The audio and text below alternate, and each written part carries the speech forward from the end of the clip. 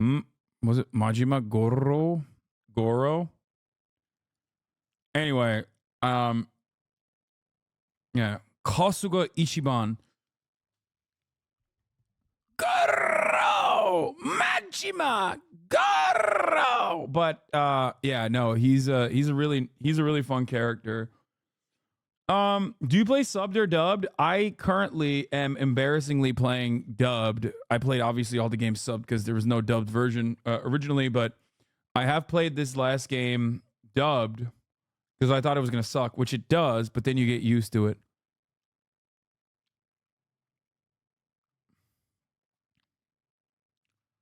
It's actually not bad.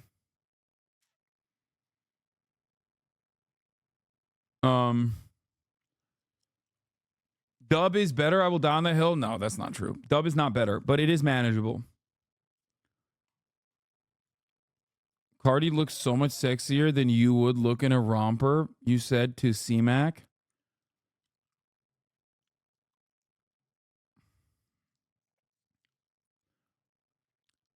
Truth hurts. Jesus Christ, dude. Slatty Maddie's like, I hope that that's a thong. I wished it was a thong, and I wished it was my thong. I wished I was the thong. That's what Slatty Maddie is saying. Yeah. You know what? Let me do a fucking quick we didn't even finish this, but I guess the interview ended.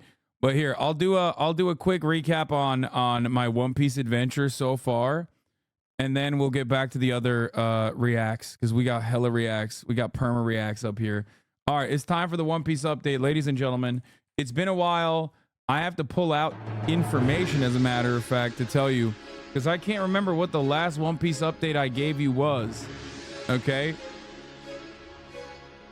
And then we can do a Shai react as well. Mugiwara! Ladies and gentlemen, after Punk Hazard, we moved on to, let's pull up the One Piece arcs. Story arcs, a complete order. As you guys know,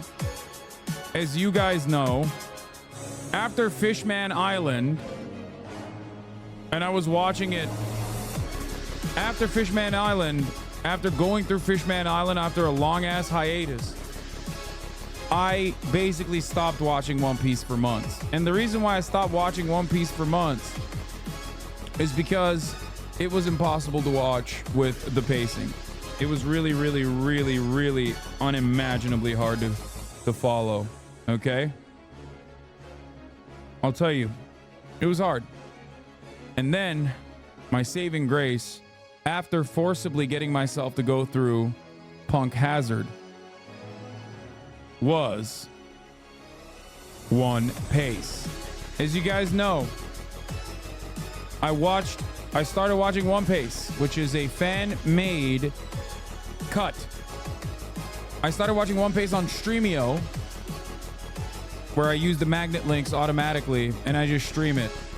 And it was fucking phenomenal. Okay? And let me tell you, it saved me. But let's start talking about Dressrosa. Dressrosa is a very long arc, as far as I understand it. It is after entering the New World, the Straw Hats led to Punk Hazard by a distress call. They leave Punk Hazard with a samurai. And they get to Dressrosa, alongside Trafalgar D. Law, Kinemon, and Momonosuke, with a captive Caesar to broker a deal with Doflamingo. This was a phenomenal arc. Why? A phenomenal arc. Because Doflamingo, probably my favorite arc, as a matter of fact. Why? Because Doflamingo is the greatest villain. Don Quixote Doflamingo is incredible. Okay? He is phenomenal. He's hot. He's so powerful. It seems like he's an impossible villain to beat. He has his puppet master fingers in literally every orifice. He has a very clear-cut agenda. He's motivated by vengeance for what the world originally promised him. Initially a member of these celestial dragons. His father decides to go down into the real world and live alongside the normal humans in the depths, alongside the normies. And the normies, of course, eviscerate them. Okay? It's a story of white privilege. Okay? It's a story of white supremacy. It's a story of white privilege.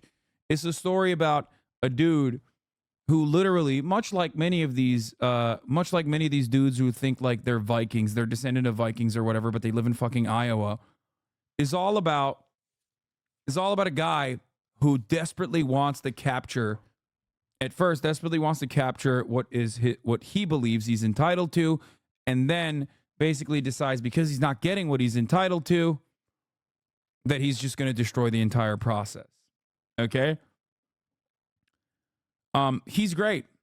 One of my favorite parts about it, of course, was one of my favorite parts about Dressrosa is that, like, obviously there's a big like gladiator arc within Dressrosa, which I personally love.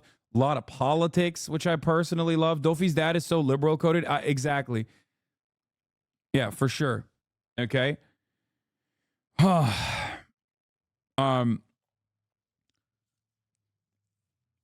Dressrosa is shrouded with many secrets, as you guys know. What's up with these toys? Why are they living alongside the real normal humans? Like, what the fuck's happening there? Okay. Why is this entire place run by a crazy madman who also secretly has a dual life, as he's a weapons manufacturer for every conflict around the planet, and also simultaneously has mob ties? Doflamingo is literally the CIA in many ways, okay? Think about it. Manufactures weapons and arms every conflict globally, okay? Has direct ties to organized crime and manipulates organized crime, runs the entire show after plotting a fucking psyop, or not even a psyop, basically a psyop, but also a black flag, a false flag operation, overtaking the entire country and running the show. And on top of that, he works for the government. He's got it all. Doflamingo's a CIA-backed narco state, pretty much. And especially when the Cypher Pole guys come in to protect his ass, you start to realize, like, there's more to it. There's more going on here. And I don't know, maybe there is more going on there. I still don't know with the arc that I'm at. I'm in Wano now. But it has been really, really interesting watching his his story unfold. But even then, there's a better guy. There's a bigger guy behind the scenes. There's one of the emperors. This is where you first briefly get a look into. You briefly get a look into one of the pirate emperors, the 4 pirate emperors. Obviously, there's like a back and forth altercation with Mama, but that becomes more important later in the Whole Cake Island arc. But this is where you learn about Kaido. Kaido reveal is pretty fucking sick. Kaido is a drunk. Kaido is a drunk libertarian. He is libertarian coded. Yes. And of course, you find out that he's not only a weapons manufacturer, but he's like linked up with Kaido, one of the 4 pirate emperors, as he supplies them with like fake ass devil fruits. That's where Caesar ties in. There's a lot that goes on in this world, basically, where you're immediately introduced to like so many different kingdoms, so many different characters, especially in the gladiator side. And then there's like 2 different background arcs that are incredible. Okay. You mean Gangster Gastino? That comes later, but that's a great one. Incredible for world building. Probably now my favorite arc, I would say. Okay. Definitely fell back in love with One Piece during the Dressrosa arc. The Sabo reconnection with Luffy is a really emotional moment, where Luffy finds out that Sabo is alive and Sabo was a part of the Revolutionary Guard. Incredible. Love that part. Obviously, anything that you see of the Revolutionary Army is always phenomenal. Trafalgar D. Law's backstory is incredible. Okay? Is so fucking good. That one actually made me tear up.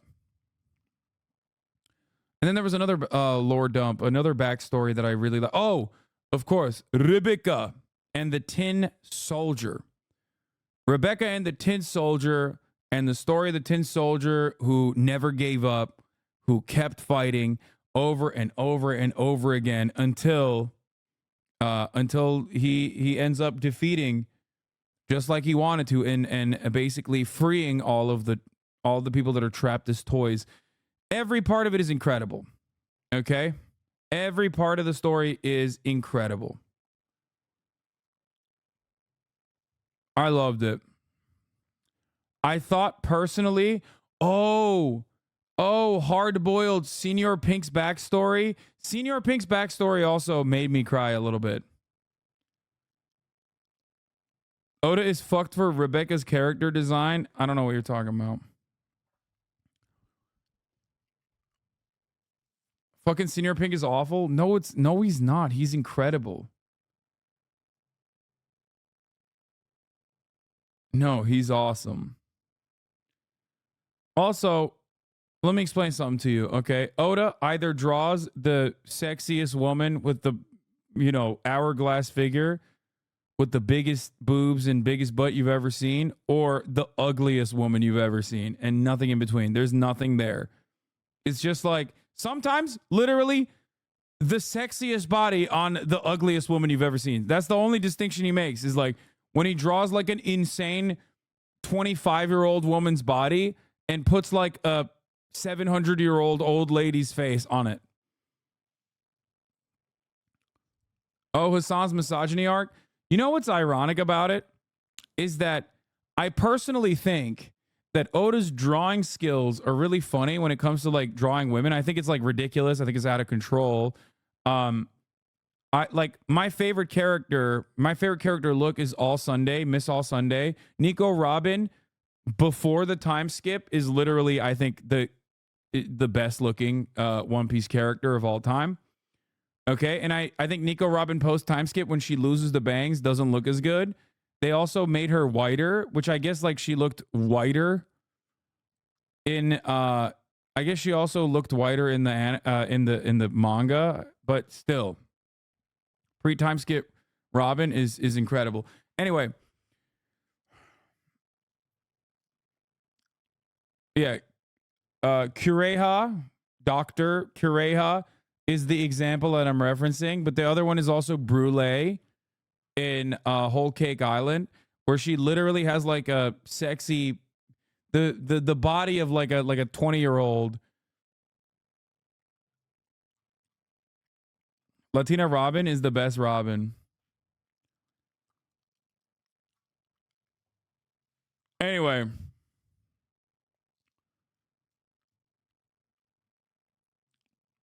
yeah, Brule is the same look. But going back to it, where the fuck were we? Okay, so Dressrosa arc.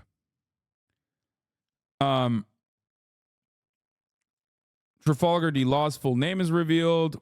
More information about the Celestial Dragons is revealed. Gear 4 is introduced. My controversial opinion is that Gear 4, it's all right. It's not that good. Maybe people will get mad at me for this, but I think Gear 4 is fine. It's not that good. I don't think the Bounce Man is that good. It's weird, but Snake Man is better.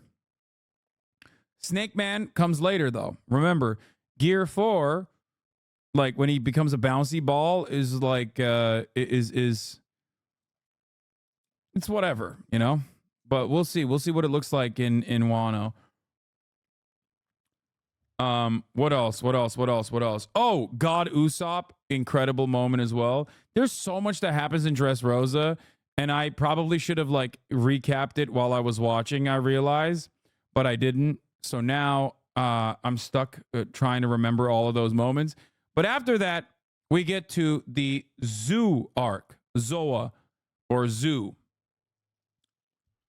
And I think this is the first time where I was like, am I a furry? Like, what's happening? Like, this is the first time. I can't believe I'm admitting this, but the Zoo arc basically like made me understand furries a little bit. It did. Like, there's so much fan service there, but I get why people love. I get why people are furries a little bit. Okay, straight up, I'll say it. Can't believe you're skipping Zoro's part in Dressrosa. I can't remember. What did Zoro do in Dressrosa? I see. It's been a while since I watched it. What, versus Pika? Is that what you said? Pico? Oh. He sliced the castle man. Yeah, I mean, that was cool. That's typical Zoro. Yeah. Pika is pretty funny as far as like villains goes.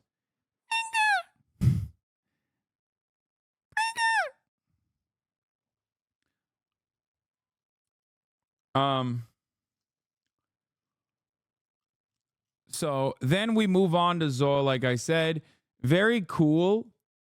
I think like a very cool way that they introduce it. Like I think this is like walking elephant island with like a ton of people living on top of it. The Mink tribe natives. Somehow they're also connected to Wano, which I think is cool. At first you think like you know, our straw hats that were broken apart, they died or something. Then you realize very quickly that it's a mistranslation. Okay. Then you find out that like the Beast's pirates are fucking OP as hell.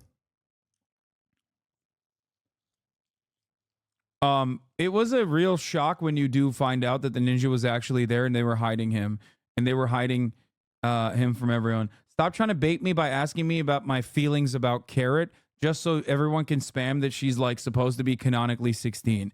Okay? Don't. I'm not answering questions at this moment. I will not be taking your questions. And I also refuse to acknowledge that these are supposed to be like fucking prepubescent characters or some shit. This is ridiculous. That is just classic Japanese nonsense. Okay? Don't care.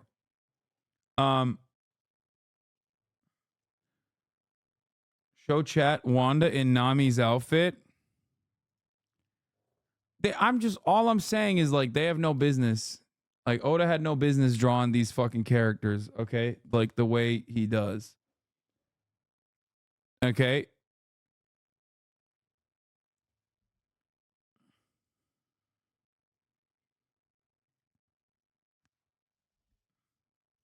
He just put big titties on a dog? No, nah.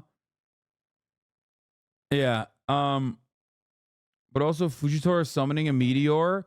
Oh shit, how could I forget? You're right. The blind admiral letting the blind admiral openly expressing his goals of like destroying the pirate the pirates that collaborate with the Navy and allowing them to fucking leave is pretty sick too.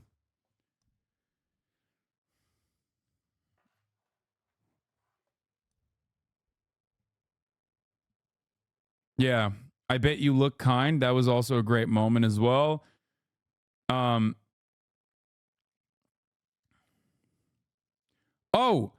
how can I forget my favorite character, by the way? How can I forget my favorite mother freaking character? Bartolomeo. Going back to Dressrosa, Bartolomeo is like Oda basically made a meta character of all of fucking Monkey D. Luffy's biggest fans and the Straw Hats' biggest fans, which are ironically all the people that watch the show. And he made him an actual good character, like a cool character who originally looks kind of whack or looks kind of like a villain. He's very villain coded, but then very quickly you find out that he's incredible. As a matter of fact, he's a massive simp, and I saw a lot of myself in him, and I think he's great. He definitely was sick. And now Monkey D. Luffy, after Dressrosa, has a massive fleet, whether he appreciates it or wants it or not. Anyway, he pisses on people. Yeah.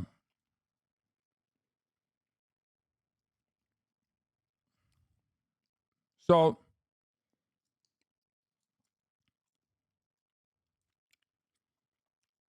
have you ever seen the Parasocial Hell video? Shannon Strucci talks a lot about Bartolomeo and got me into One Piece.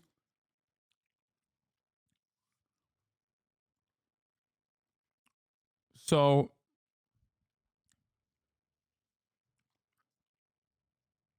That part is sick. The Tontata is fine. They're pretty cool. They won me over afterwards. At first, I thought they were like kind of cheesy and too kawaii.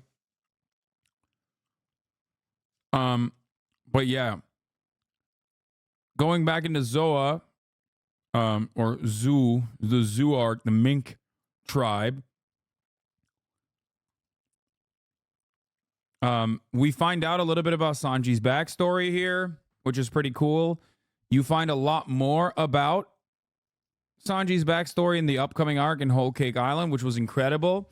But it's a pretty cool reveal when you find out that like Sanji's last name is Vinsmoke, and he's actually a part of like a kingdom basically that is on wheels. His backstory is pretty sad, but also on top of that, his backstory is pretty cool. Also, Sanji's sister is smoking. Yeah. Anyway, as far as the Zoe arc goes, what else did I have? What else did I think about it? What else? What other opinions did I have other than the fact that I think Oda went crazy with the way that he drew these animals. Okay.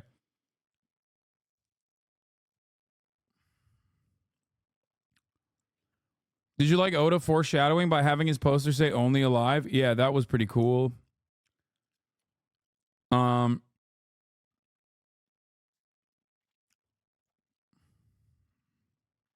still on Zoo. Hold on, I'm still describing Zoo. Anyway, they form a new alliance. They find out about the road poneglyph, which was pretty cool. The elephant is from the Void Century. Yeah, that part is sick too. I still don't understand what the elephant connection is to the Wano King, the Wano kid, but yeah. But yeah, inevitably they split up one more time. Luffy and Luffy's group travel to Whole Cake Island with one of the most goated characters, Pedro, which I thought was also very sick. They go there to retrieve Sanji from the political marriage that the Big Mom is trying to facilitate between Big Mom and her pirate group with one of Big Mom's daughters. Big Mom has like 46 children or some shit. She's just popping out babies. Jack got cooked. Yeah, Jack does get cooked at the end, but anyway, that part is whatever. What is this? Kozuka Oden is introduced. The Ninja Pirate Mink Samurai Alliance is formed. The crew splits up again. Pedro and Carrot become allies. The crew learns about the road poneglyphs and finds their first one. So, Pedro and Carrot are great. 86 kids, not 36 kids. I think 46 of them are daughters. She has 46 daughters, but 86 kids in total, or 85 kids in total, which is insane. So, Big Mom, I'll say this much. When I first started the Whole Cake Island arc, I personally thought that it was going to be kind of lame because I'm like, ugh, like it's all, what do you mean? It's all about like a person that wants to eat cake.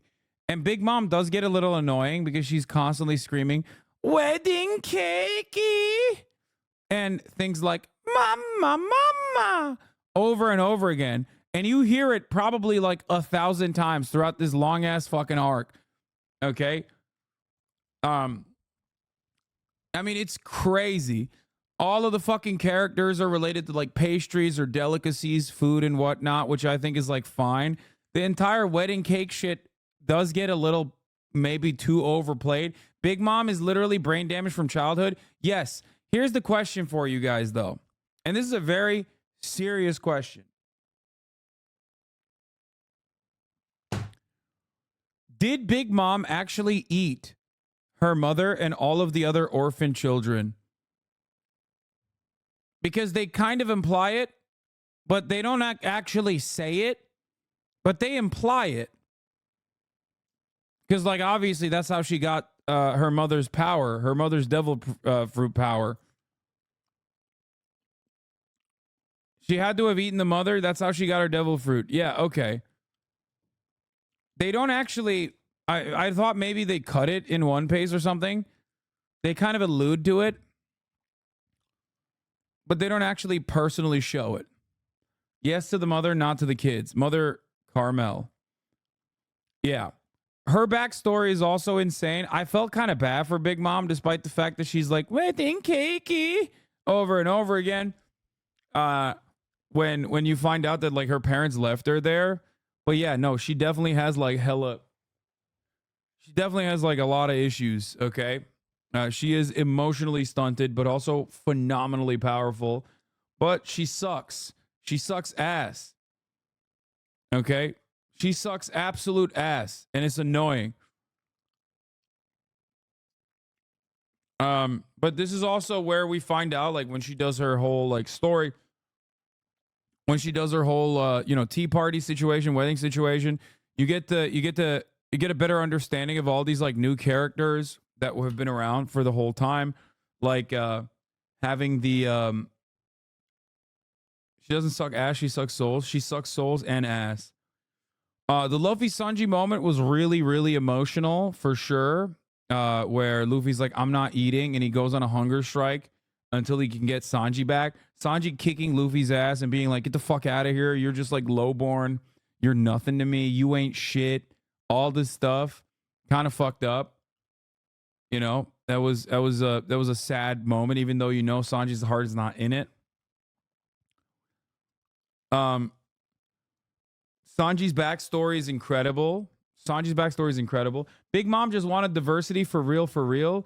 Yeah, except she's also obsessed with having giants that she also beat the shit out of and killed and was like excommunicated from. Okay, so then she's like trying to recreate her own giants. She's insane, bro. She's a cannibal. She's the worst. Yeah, Luffy tries to rip his arms off to save Sanji, to tell Sanji the truth and to get him out of there. Luffy's dripping whole cake is insane. Controversial opinion, hated the Italian fits. Okay. Brook finally pops off on Whole Cake Island, so that's kind of cool. Brook versus the whole crew. He like one-shots basically the entire mission. Like an entire side quest, Brook one-mans himself, which is wild. Which was not expected. So Brook carrying and being the MVP on Whole Cake Island arc was a fun moment.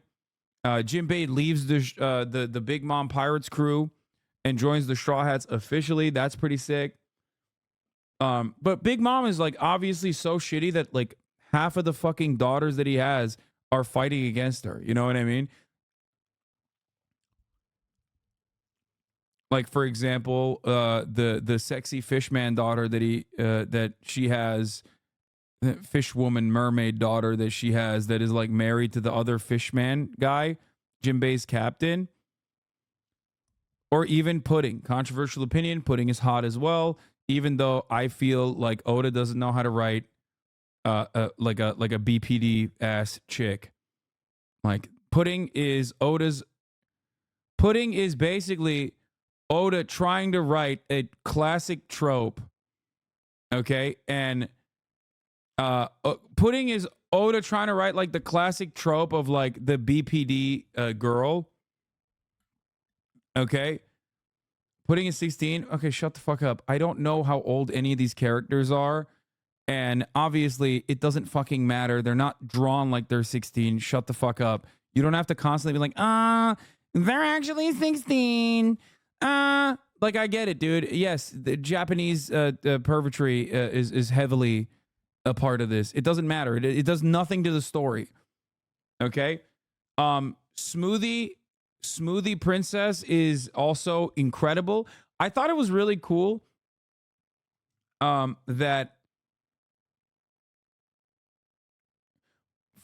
here's what I will describe. Okay, as far as Pudding goes, nothing changes in the plot point.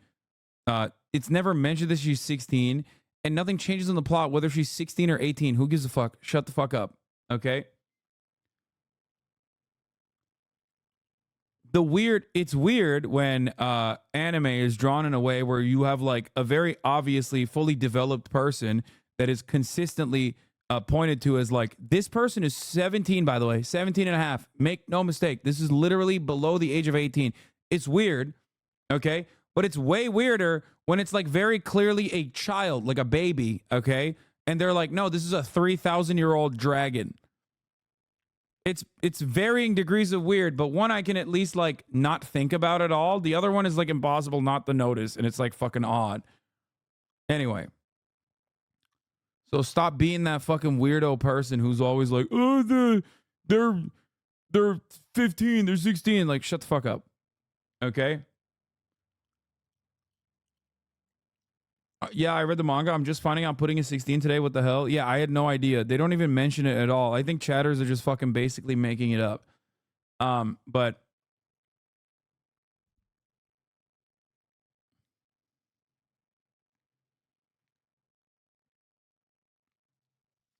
the weirdest is the 300-year-old vampire transforms into a 6-year-old. Yeah, I feel like knowing what their ages are is like even weirder because they rarely ever mention the ages of any of the characters. So you just like went into the deep lore to find out how old the characters are. Okay?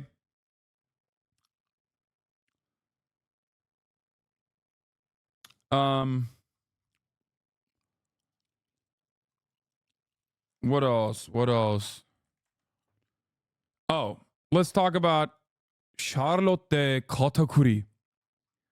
Katakuri is probably one of the few instances where you just have a very straightforward villain. Okay? So in many ways, it was refreshing because One Piece is very unique in the way that like all of the villains and all the main characters, they're all their powers are so weird. They're all goofy as fuck in different ways. And then you have Katakuri, who is like literally just a straightforward badass. Okay? And not only that, but also his power, other than like his OP observation, Haki, his power is almost identical to Luffy's power. Okay? The Mochi Mochi fruit is basically very similar to the Gum Gum fruit. It's almost identical. So that the reality is that, one, I will stand on this, Katakuri would have beat his ass. Katakuri would have fucking destroyed Luffy. Okay? If he didn't do a self-imposed last second, like, I'm gonna be a good guy and stab myself, okay, he would have kicked Luffy's ass. And he does. He basically beats his fucking ass up and down, and then he nerfs himself. I also like him a lot because, like, he's probably the first lieutenant that Luffy fights that is more powerful than him. Like, very openly more powerful than him. He just fucking, bro, he literally whips Luffy around, okay? That's where you also realize, like, man, Luffy's powers really do have a ceiling here, okay? And the ceiling is, like, the 10-minute marker. Luffy also reveals Snake Man, which I think is very sick. I think Snake Man is way sicker than the other rubber band one.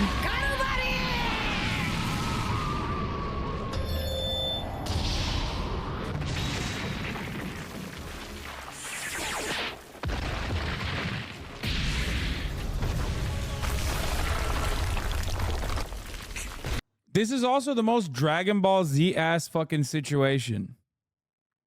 Okay? This is like the most Dragon Ball Z ass fight sequence. It goes on for 100 episodes. Okay? It's a great fight, but god damn. It goes on for so long. And the venue is fine, but I fucking hated the additional sounds in the mirror world.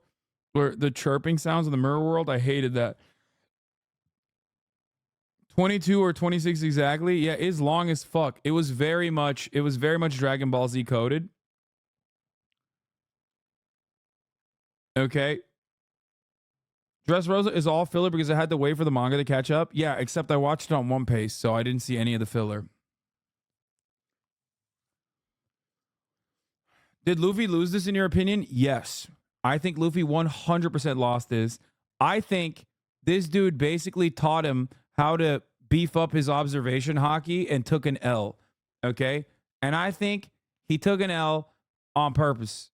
That's my take. I haven't seen anything more, so don't spoil it for me. I haven't seen like if he comes back in Wano or some shit. But yes, I think Katakuri would have beat Luffy's ass. Okay? First character with a $1 billion bounty, 1 billion berry bounty. And you know why. Because he is so fucking goated. Okay? Straight up. I loved it when like his lore is that he's perfect and he's never actually put his back on the ground. But then when he eats his little donuts, he like goes into a house that he builds for himself and then eats his donuts inside of that house.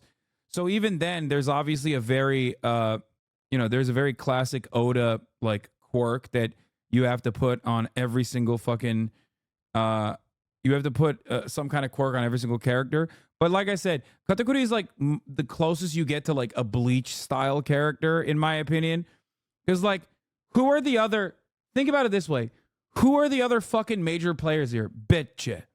Okay? Tank Man. With his fucking tank.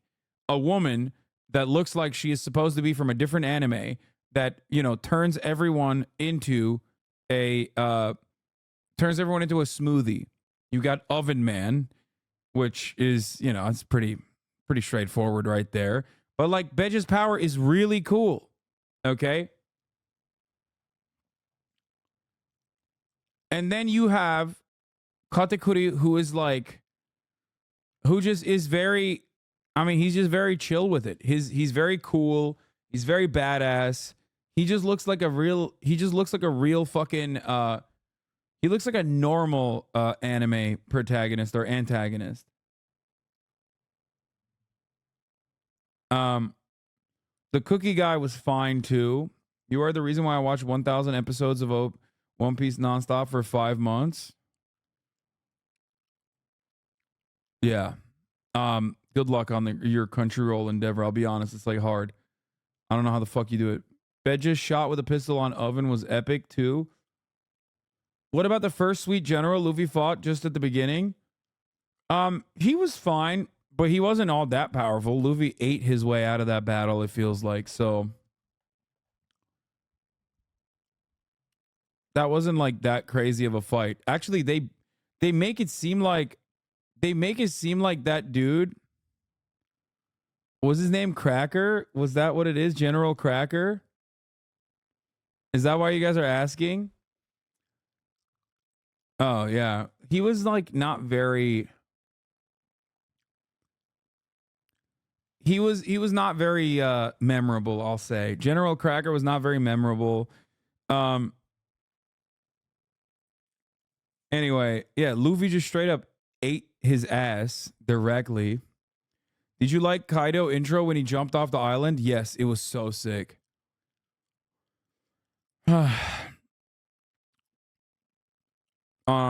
Yeah, he's the final boss of white people. When are you getting back to politics? I don't care about this Tapa shiz. I don't know what you're talking about, but Sapa the hour. What? Ad break?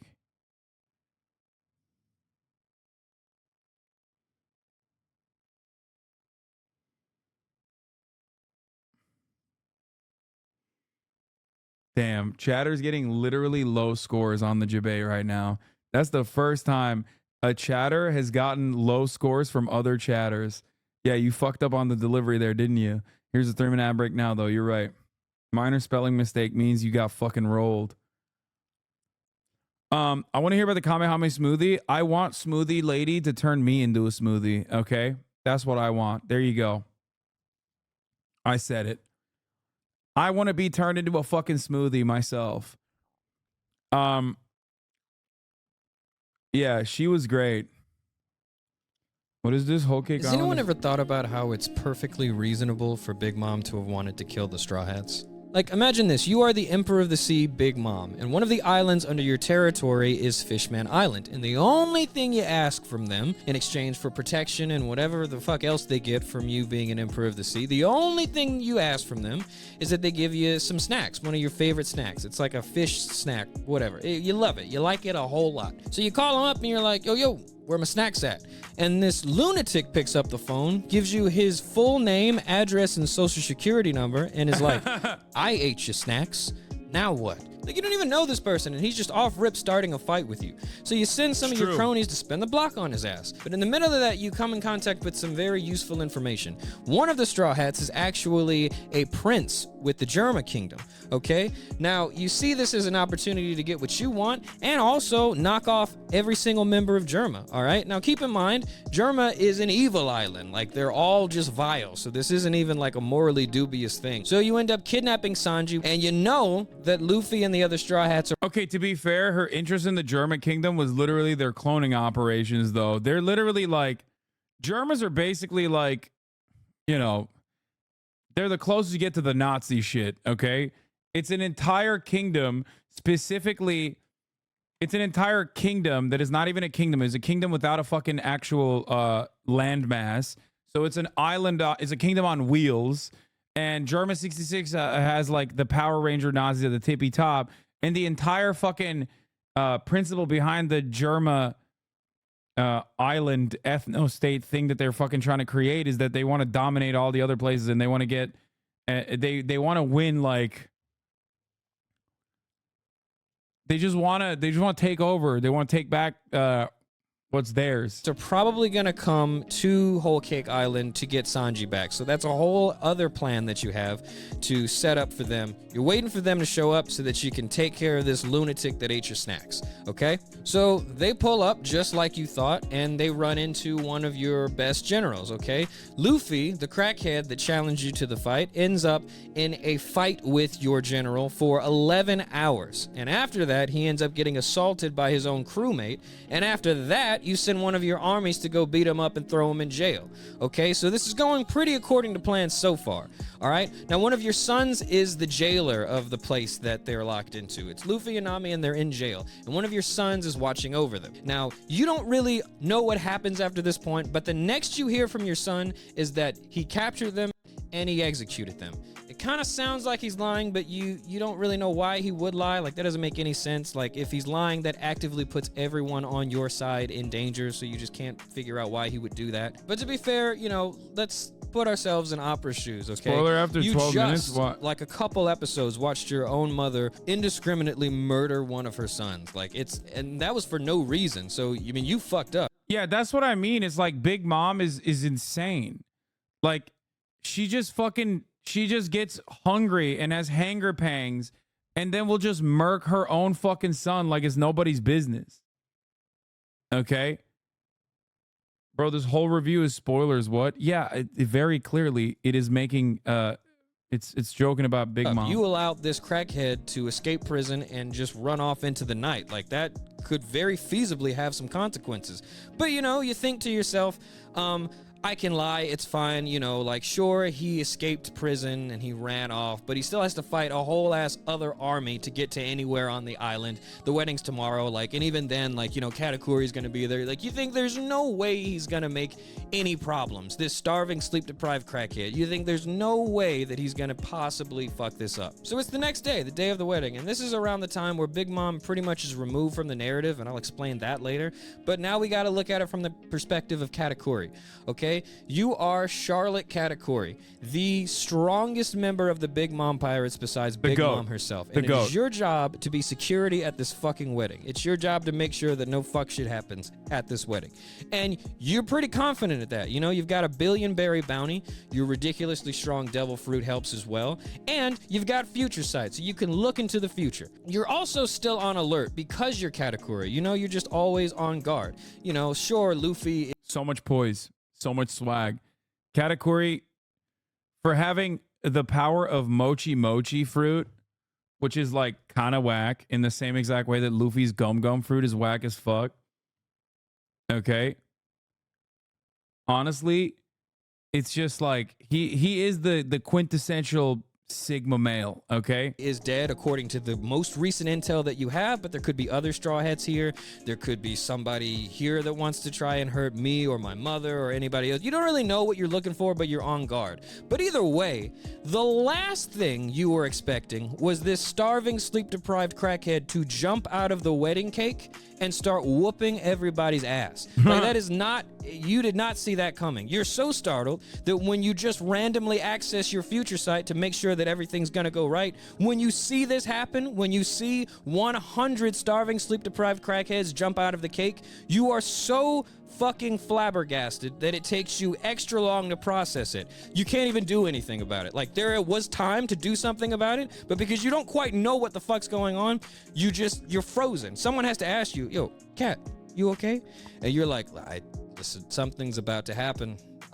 That's all I can say. Get ready. So 100 starving, sleep-deprived crackheads jump out of the cake and just start beating everybody up, like just assaulting everyone in sight. And you understand, like, it's not too whack due to it being Logia. Like, the mochi isn't like the wax fruit, is straight up a Logia. So I wouldn't say it's like the gum fruit where initially you don't have many benefits. I guess. Okay, I won't watch after the 12th minute. all right, this is probably like a trap or a trick or something. Wait, Either way, it's like, not a Logia? there can't really be 100 Straw Hat Luffys. Like, that's not a thing. We got to find the real one. I think it's just like Luffy's. It's just like Luffy's fruit, isn't it? I felt like it was.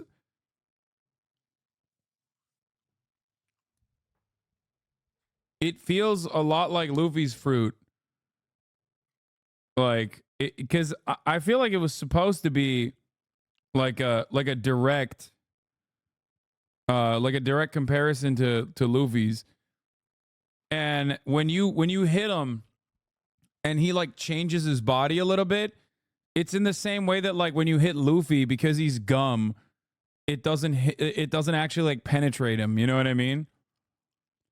I think the reason why people think it's a Logia fruit is because, like, with Smoker can like manipulate his body, and then and that's the reason why people think that it's a Logia fruit. But I don't think it was a Logia fruit at all. I thought it felt a lot like it was a direct comparison to Luffy's fruit.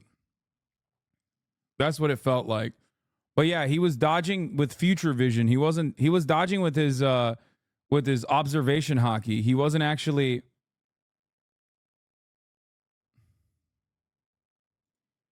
So someone yells out, Anyway. "Show yourself, Mugiwara," and you're like, all right, that's a good start. Like, other people are catching on to what we need to do, but there's no way he's going to, announce himself in the crowd and ruin whatever plan that they've got. And to your surprise, this starving, sleep-deprived crackhead, the real starving, sleep-deprived crackhead, raises his hand, tells you his full name, address, and social security number, and says, now what? It's at this point you immediately understand this motherfucker is dangerous, all right? Your eyes lock and you're like, fuck everything else going on. It's me and you. I have to deal with you. It's got to be me, because if I don't, I'm scared no one else is gonna. So you devote all of your attention to this lunatic that has now just announced himself to you. So you start fighting him a little bit. But in the middle of that, because you focused all your attention on Straw Hat Luffy, one of his crewmates manages to exploit your mother's one and only weakness. Now, this is a weakness that pretty much turns her into a rampaging monster, effectively pretty much ending her role in the plot and reducing her to a plot device for the entire arc. You don't know how they're gonna stop her, but the emphasis is on they. They have to deal with that bullshit. You look at your mother right in her eyes and go, yeah, that's, you got a lot of sons and a lot of daughters. I'm taking care of the crackhead that broke into my sister's wedding. You guys have fun. Sorry, this is what I came here to do. I'm wedding security. This guy's got to go. Sorry. So you chase the crackhead out of the wedding. All right, but somewhere along the line, it looks like he has kidnapped two of your sisters. Now, your sisters have two really powerful devil fruits. One of them lets you go into the mirror dimension, and the other one lets you alter memories. You don't know what this starving, sleep-deprived crackhead is going to do with those two devil fruits, but the potential alone scares the shit out of you. You mobilize even more people. Like, we got to stop him. Oh my God. Oh, the other part where I also teared up was when putting at the end. Oh God, I'm getting goosebumps thinking about it. Putting at the end when she walks up to Sanji and takes the cigarette out of Sanji's mouth, and then kisses him and then takes his memories out and cuts them and wipes his memories so that Sanji will then continue on his journey with the Straw Hats instead of like constantly worrying about her because Sanji is a massive simp. It's so sad. Oh my god. Oh, it's so sad. The other part of the story that's also very sad is Pedro.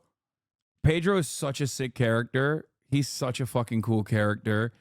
But I very quickly got angered because Pedro, he goes out like the brave Mujahideen warrior that he is. But then at the end of the day, he allowed them to escape in that moment. But he still only took out Candyman's arm. You know what I mean? And it sucks that like, I mean, I know his time was up, right? I know he was going to die. But the fact that he wasn't able to at least take him out completely, it made me so mad. It made me so mad that his sacrifice wasn't in vain, but that fucking piece of shit candy clown, he got away. I don't know what's gonna happen, but we gotta end this shit right now. So you chase him all the way to the ship. All right, you start beating up any of the crew members that you can, and you know that they can't beat you. So you think, all right, so it looks like this is finally over. Like, let's end this. And then this lunatic grabs you, throws you into the mirror world, and then jumps in after you, and then he breaks the exit. He seals off the exit. So let's really put yourself into Katakuri's shoes, okay? You have chased this starving, sleep-deprived crackhead out of your sister's wedding after he just assaulted everyone there. And then after thinking that you have him cornered, he straight up says, "I'm not locked in here with you. You're locked in here with me." And then gets ready to fight. You are terrified. You understand better than anyone in One Piece at this very moment just how dangerous Luffy is and that you need to take him seriously. He starts fighting, you start fighting, he starts trying to transform. You're like, no, fuck that. I'm not even gonna give you time to do that shit. I know I can beat you, so I'm just gonna fucking end this shit. You beat him up and you use your devil fruit powers, your awakened devil fruit powers, to bury him in mochi. Now you say to yourself, no one's ever escaped my mochi. So this is a bit of a spoiler, I guess, but the awakened devil fruit powers, I suspect, is like what Doflamingo has, right? Like when Doflamingo is able to manipulate everything around him and like turn everything around him into the strings. Like I feel like that's the final stage of your devil. That's the final stage of your devil fruit powers, right? Like where you can basically alter the environment around him according to your alter the environment around you according to your power. He's done. It's over. It's fine. We should be good. So you clock out for your lunch break. All right, you go and you start eating some donuts.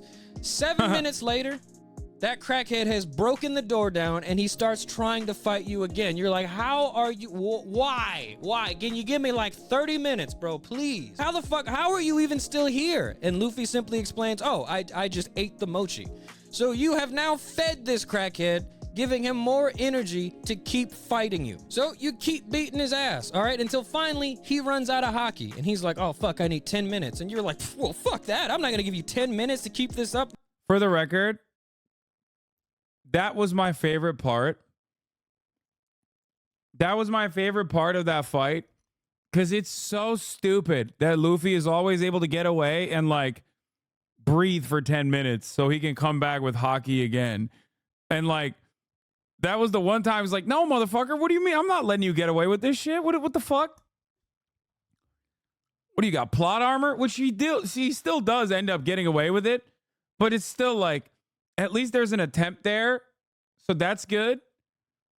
You know? I'm ending this. So you start chasing him around the mirror dimension until he runs into your sister, which controls the entrance and exit of the mirror dimension. You think, oh no, this is horrible. He takes her hostage and he flees. You go, fuck. But low key, you're kind of relieved. You know, you're 48 years old. You can't be fighting for 11 hours. Okay, that's the other part that's like crazy. I didn't know Katakuri was 48. Hours like that, you know? The sun is going down. So that means you've been chasing this crackhead around the island like all day. So you get your breath and you start looking for a way out, and then 10 minutes later, guess who you see? But that lunatic, that crazy ass crackhead coming back to run the ones with you. You almost shed a tear, you're so tired. Yeah, it's the third secret type, by the way. Brulee is the third secret type of woman that Oda likes to draw. Okay. The two types of women that Oda likes to draw are like impossibly sexy and impossibly ugly and nothing in between. Or the secret third type of woman that Oda will draw is literally impossibly sexy body and then like the impossibly ugly face built on top of the impossibly sexy body. And Brulee and that doctor also fits that bill. It's just so funny. You are so old and so tired. So you keep beating him up until something starts happening. All right? He starts closing his eyes as if he's trying to anticipate how and when you're throwing hands. You're like, what? Are you trying to be a Jedi? Knock it off. Oh, what is this? What is Charlotte Amande? Impossibly sexy. That's so dumb. What a question. Yeah, no. Charlotte Amande is on the impossibly sexy side. Yeah, she's the throat goat, dude. What are you talking about? Next question. Yeah, look at that neck. No, I personally think that Big Mom Pirates officers, out of all the Big Mom Pirates officers, like Charlotte Smoothie is literally insane. Like, she didn't have to go that hard. Okay? Like, Oda did not need to draw her in the way that he did, but he chose to do it anyway, and it fucked me up. Okay? There you go. This is, once again, the classic sexy body, but then also what the fuck's going on there?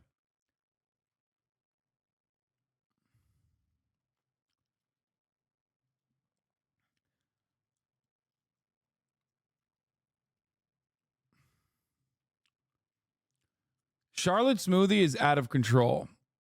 Okay? Charlotte Smoothie is out of this world. She's out of control. I want her to turn me into a fucking smoothie with her legs.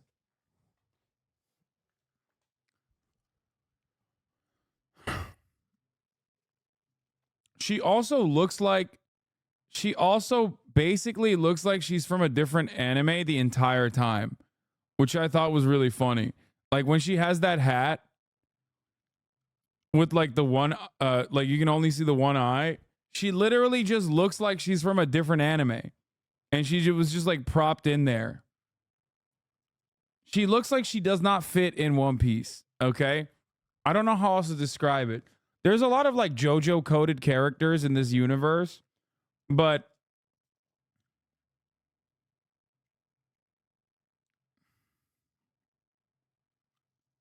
what?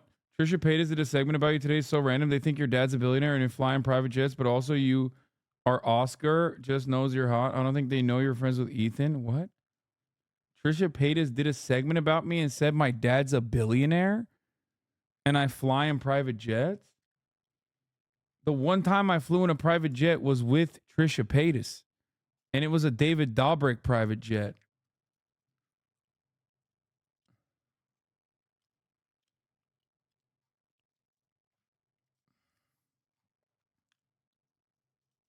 Yeah, she was there.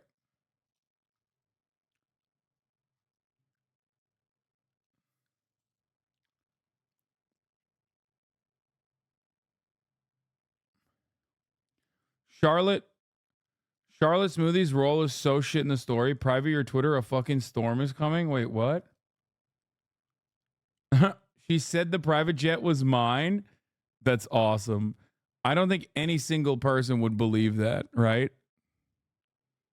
Right?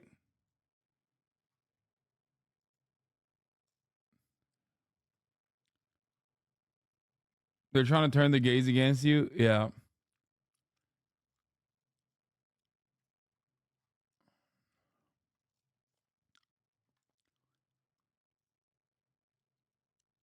Anyway, all right, let's continue.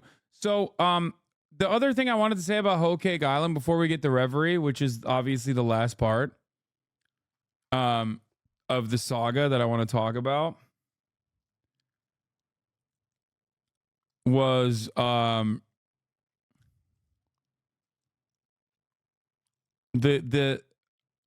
fuck. What was I gonna say? Because Reverie was insane. Reverie was so much lore dumping. But what the fuck was I gonna say? God damn it. I feel like Smoothie was underutilized for sure. She could have had a bigger role, I think.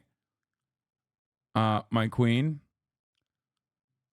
But you know, that's it, that's fine. It's neither here nor there. Let's finish this. But he starts dodging your hands. You're like, are you fucking kidding? There's no way he's turning this fight into a training arc. And you know, that's not fair. Like at that moment, you literally think to yourself, that's not fair. How it's supposed to go. If I'm way stronger than the protagonist, I literally saw that Trisha TikTok today. Interesting. No idea. You know who else was on Dexerto? Another Who? straight man. man. Hasan was on. Hasan. He's straight, right? I have no idea. I don't know either. Who are we talking about? What's his last name? Piper. Moses knows him. Yes, I Young was like, Turks. and he's Twitch streamer. I'm like, Moses is. Yes. Oh yeah. Yeah, I don't care about this.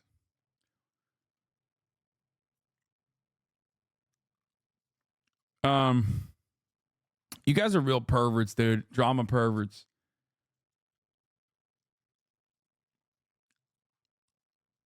What was I gonna say? There was another thing I wanted to talk about, but I'm forgetting. Shit. Colby revealed during Reverie. Yeah. But that's Reverie. Hold on. I'm gonna get to Reverie in a second. Whole Cake Island. There was a couple other points that I wanted to address in Whole Cake Island that I'm not remembering right now. What else? The Mink's secret power is cool. Oh, the musicals. So I thought, obviously, Whole Cake Island is Oda trying to do. I felt like Oda trying to do like a Wizard of Oz, like Disney style musical thing. Alice in Wonderland, Wizard of Oz, Disney style musical, which I thought was like kind of weird. I didn't really like the I didn't personally like the musical side of it that much. I'm not like a big fan of musical anyway. Subbed, it's creepy. Yeah, it wasn't the best. I guess the last song is pretty good. But other than that, wasn't a super big fan. But let's get to the motherfucking incredible arc. Okay? You forgot about Jinbei and Morgan's? No, I didn't forget about Jinbei. I mentioned it.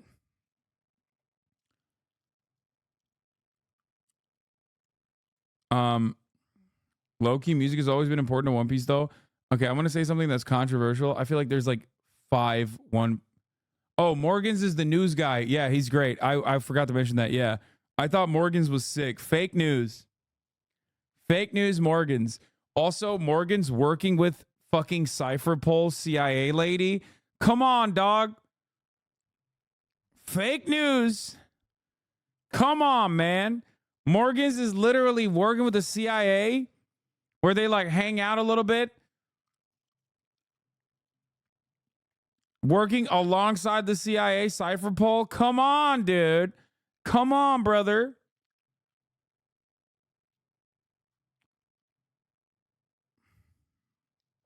Anyway. Big news, media mogul news, making fake news. Yeah. Also, Bird and Birds ain't real. All right. Anyway, not political though. One Piece is not political. Oh, the thing I was gonna say about One Piece music is the controversial, but like, there's 5 songs, dude. There's literally like only 5 different songs for like 1,000 million episodes. We need more songs. They're all bangers, fine, but like, dude, come on, dude. The first time I heard a new song was the entry into Wano with the sitar. Holy shit. Up until then, it's literally fucking 5 songs. And I'm being nice when I say 5 songs. In reality, there's 3 songs, and then sometimes they play 2 additional bangers. And that's it. It's so crazy that this fucking show, this goddamn show has literally had 5 whole songs for 1,000 episodes. Sure, they're great. Like, obviously, my favorite is the dun, dun, dun, dun, like the epic one that I play all the time. This is like the trap version, obviously. This is the clapped out version, but like, it's crazy to me. Dog, the One Piece OST is like 3.5 hours long. 3.5 hours? Really? I don't think so. Bump, bump, bump. Bump, bump, bump, bump. Bump, bump, bump, bump, bump. Bump, bump, bump. Bump, bump, bump, bump. To be fair, Toei still uses sound effects that were used in the original in 1989 Dragon Ball and One Piece. They are a shitty ass animation studio. Yeah.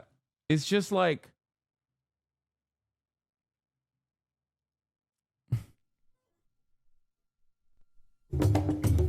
and then this.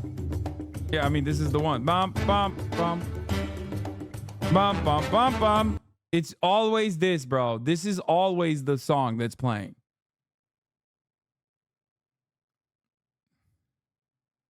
Music of One Piece. More than 100. Wait, what? More than 100 musical CDs have been created in the media franchise? I don't believe it. I don't fucking believe it. I don't believe that there is. First of all, half of these are probably from movies. None of them are featured in the fucking TV show. And the other half are all basically like the same song over and over again. Okay?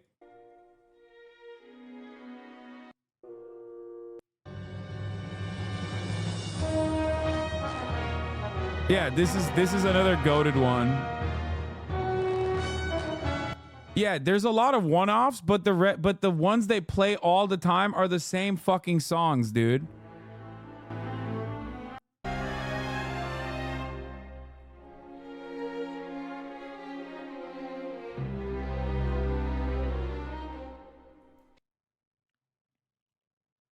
All the song variety is pre-time skip.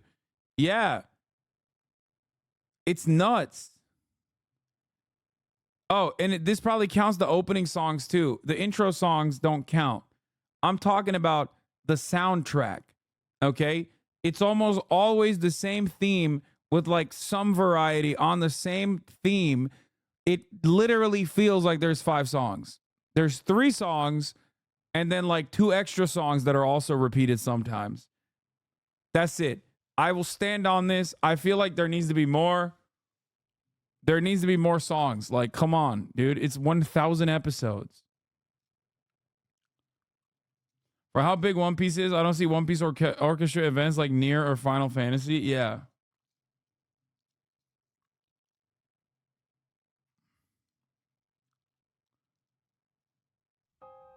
Yeah, and then this. Who could forget this?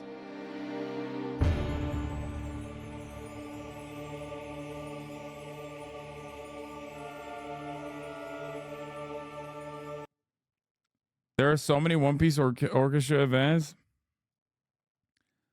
Anyway, what is this?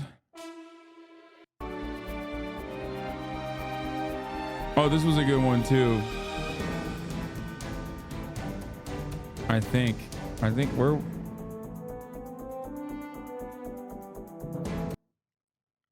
Anyway.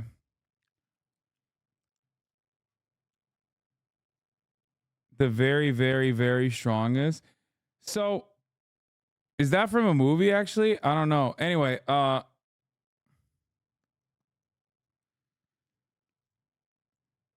listen. All I'm saying is more songs is a necessary thing for One Piece, okay? It'd be nicer if there was more than fucking 5 songs. Protagonist has to get like a training arc, a magic weapon, go Super Saiyan, something. All right, Luffy straight up just said, I bet he'll get tired of beating my ass before I get tired of getting my ass beat. And he was right. You are so tired. You have hit him so many times. Every hit connects and he goes down every time, but he keeps getting up. It's almost inspiring. Like every time he gets back up, you hear Eye of the Tiger, and it kind of pumps you up a little bit. But you know, no matter how much Terrible take. We Are is the only song One Piece needs just on loop, like it is in my house. Yes, We Are is probably the greatest anime intro song of all time. I do agree with that.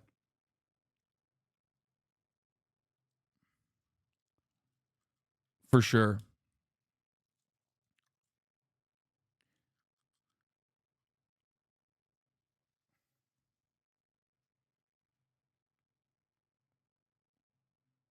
Not the strongest opening, but it's a classic. It's permanently stuck in my mind. So bro, read the manga when you catch up, please.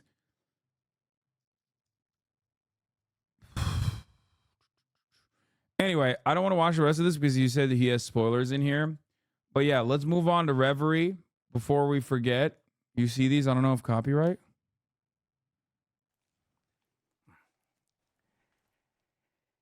Yarodomo! Shukoda!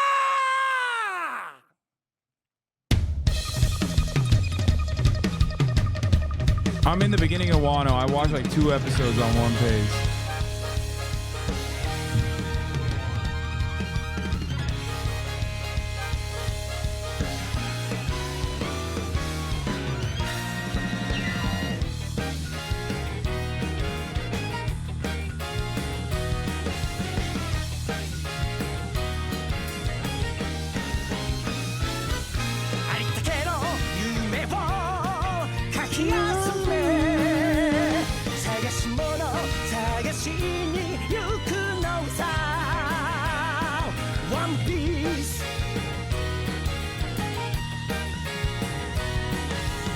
It's so good. Okay.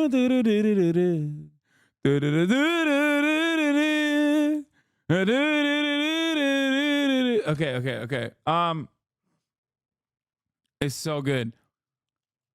I saw this guy live in LA not long ago for a One Piece convention. That's crazy. They have a One Piece convention.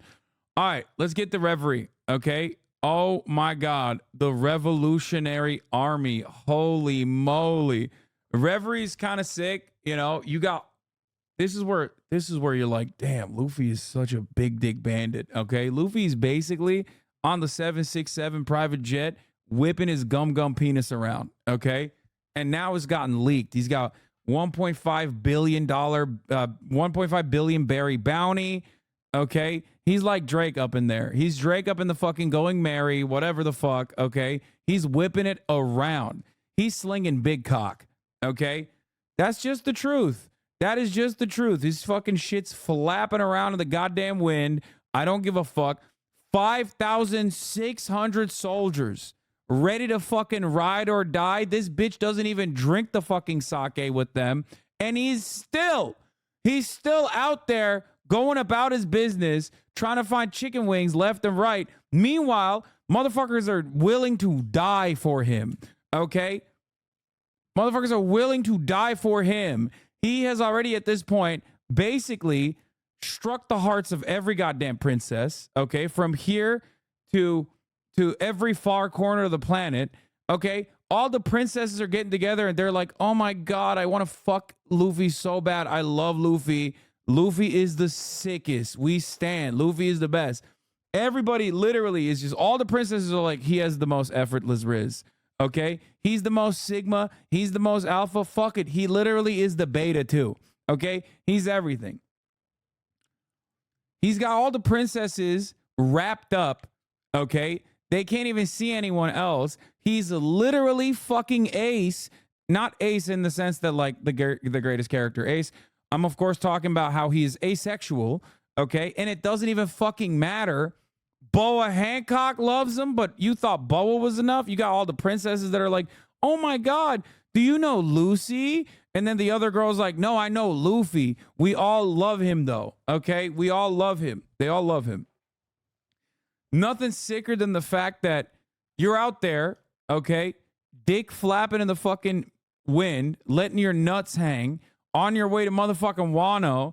Meanwhile, literally 50 of the world's 170 nations have gotten together and they're all sitting over there talking about, "Damn, this motherfucker is powerful as hell. What the hell is this? What the hell? What the hell's up with this boy right here? What was going on?" Okay? He literally is a harem anime at this point. Everybody's talking about Luffy. Everybody's talking about the big dick bandit, okay?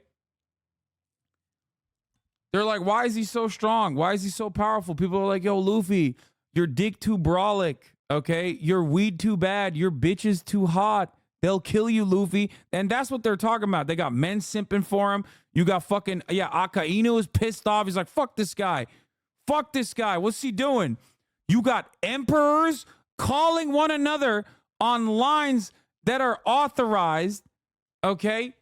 You got emperors calling one another up, okay? They're like, "Hey, what's up? No, I'm going to kill Luffy first." The other emperor's like, "No, fuck that. I'm going to kill Luffy first." They're fucking eating each other's asses trying to get the Luffy first. He's him, okay? It's crazy. It's cool as hell. It's sick. Then what's Shanks doing? What's that? Oh, that's right. Shanks is out there having a little conversation. What's that about? We find that we find out that Shanks is talking to the what's the guys? The 5 dudes, the 5 dildos. I don't know what the fuck they're called. Okay? Don't know what that's about. Don't really like that. Feel a little suspicious about that. Okay? The 5 elders. Why is Shanks talking to them about a pirate that he wants to talk to them about? Why are you talking to the elders, Shanks? You're a fucking emperor. Chill out. Okay? Then, one of the things that I found that was really interesting is the 5 elders also reveal that, as a matter of fact, one of the princess's dads, the one that's like gonna die, he has cancer, Cobra or whatever, the one from Alabaster, he actually is a descendant of the fucking celestial dragons who just stayed in the lower world, okay, in the nether regions or whatever. So I don't know what that is going to reveal later on in the lore, and don't spoil it for me, but I do find that really interesting. Okay. But yeah, no spoilers. I am done with Whole Cake Island. I'm in Wano now. I'm in the first episode of Wano. But overall, in the opening of Reverie, when you get the fucking Revolutionary Guard, when you get the Revolutionary Guard commanders, I was like, God damn, these guys are so fucking sick, dude. Revolutionary Army's flag, not the coolest. I will admit, not the biggest fan. She's out of control, by the way.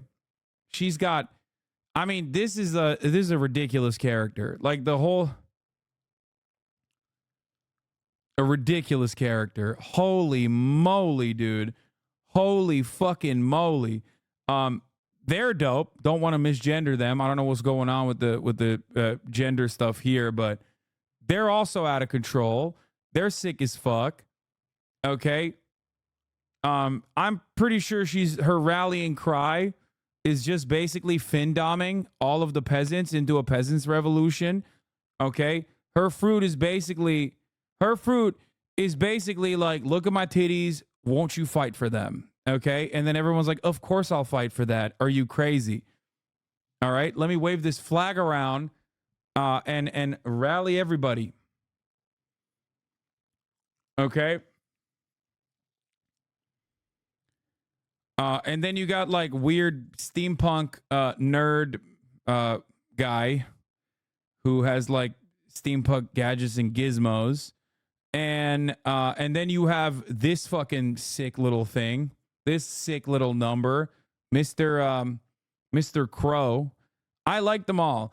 I just think that it's dope that you have a revolutionary figure that is openly now revealing that they're going to go to fucking battle at the Reverie, dude. And what do we find out? We found out something really sick in the Reverie arc as well. We found out that Kuma is also a part of the Revolutionary Army, but he, as a former king, was literally fucking made an example of. I love that. I love that there's like so much Kuma lore that I just am completely uninitiated with. It just kind of comes out of nowhere. I think it's fucking sick. Okay? Kuma, very excited. Bro, you don't know anything about Kuma? Egghead is wilding. I don't even know what Egghead is. Like, is Wano over? Is Egghead like a side separate arc or something? Because on One Piece it says Wano is not over, but then there's also Egghead too. So when I get there, I'll learn about it. Don't spoil it. But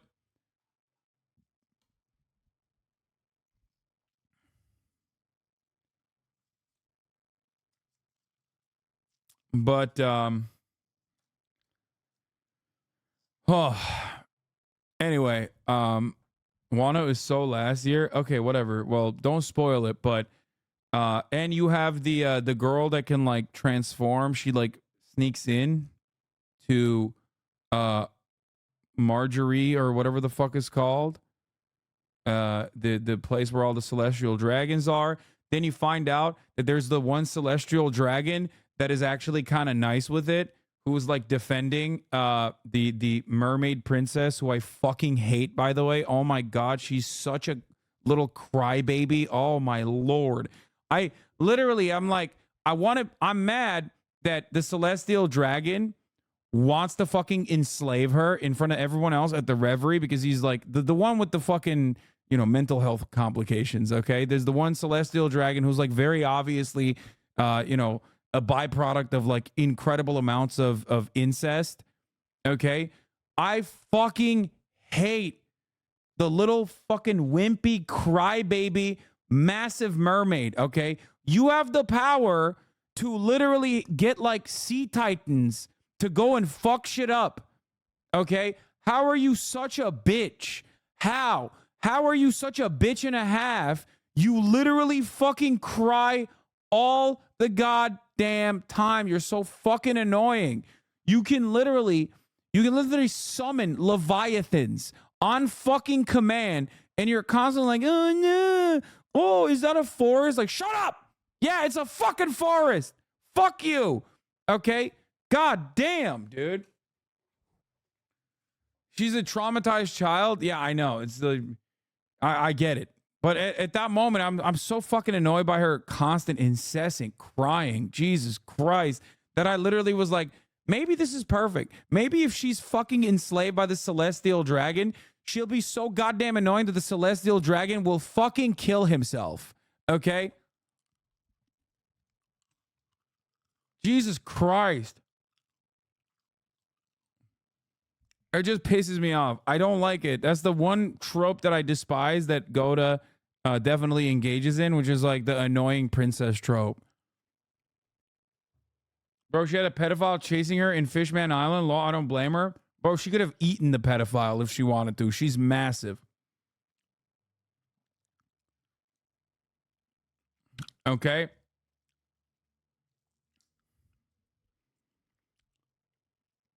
Anyway. By the way, bro, she was 8 is so funny because this is the character that people are talking about. I don't know how old she is, but it's really funny when chatters will be like, bro, what are you talking about? She's 8. For the uninitiated, this is what she looks like. Okay?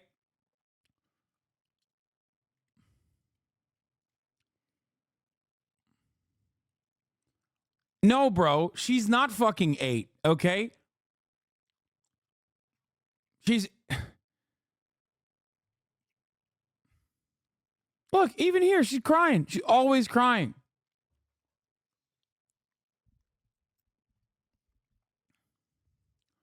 I just want to know how her little ass mom gave birth to this, okay? I know Pop Pop is pretty fucking large. I don't even want to know how they had sex, but I definitely don't understand how the fuck her little ass like Luffy sized mom gave birth to this goddamn behemoth, okay? What kind of fucking growth hormone situation occurred there is crazy. Fish lay eggs?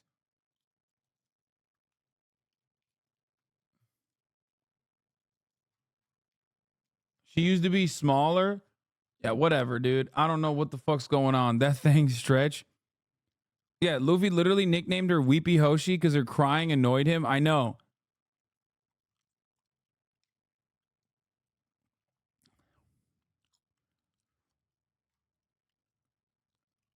If she's 8, someone's got to check Oda's hard drives for real. No, I don't think she's 8. I think they're just saying that. What about Emu and the giant straw hat? What do you mean?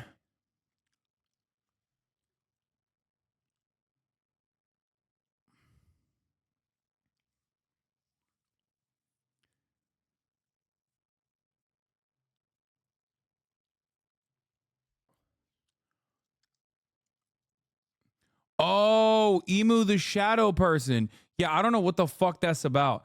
I have no idea what that is, but I also hate that fucking little freak prince, the one that is like technically Sabo's stepbrother, okay? Who's like, "Oh my god, I can't wait to like, get my way to the top and become a fucking celestial dragon." It's like, "Fuck you, dude. Shut the fuck up. You're bitch made, okay? Stop with this nonsense. It's really annoying, okay?" And then out of nowhere, they just revealed this fucking shadowy figure. First, they revealed that there's the throne at the center of the earth. No one can sit on it. You're not allowed to sit on it. And Stelly's like, "I'm going to sit on it." Fuck you, Stelly. Sit on this dick, okay? That's number one. Number two, the throne's supposed to be empty. All of a sudden, we find out the 5 elders are actually there. And the throne doesn't actually remain empty. There's some fucking shadowy figure who sits on it all the goddamn time. Okay? What the fuck's that about? We don't know. I don't know anything about the shadowy guy. But they talked about like eliminating the light of like a person, and I'm a little worried about that. Okay? I don't know what that is. I don't know who that is. I don't know what he's like talking about, but I don't know who they're gonna. The elders also talked about doing an ethnic cleansing and how necessary a cleansing is, and then also that like they're gonna destroy the light of like one person or like remove them from the memory. Maybe he has like some kind of fucking void powers, like somehow ties to the ties into like the lost years or whatever. But yeah, so we'll see. We'll see what happens. Not ethnic, just cleansing. Okay, don't spoil it though.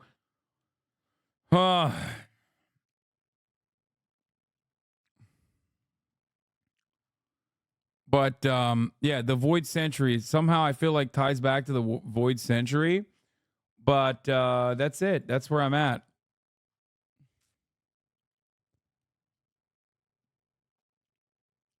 What's wrong with community notes? Just genocide. Like the website is run by Hitlerites, I think, which is pretty obvious. Like we know that already. So that's why the community notes reflect that Hitlerian style of politics, that distinct Hitlerian style of politics.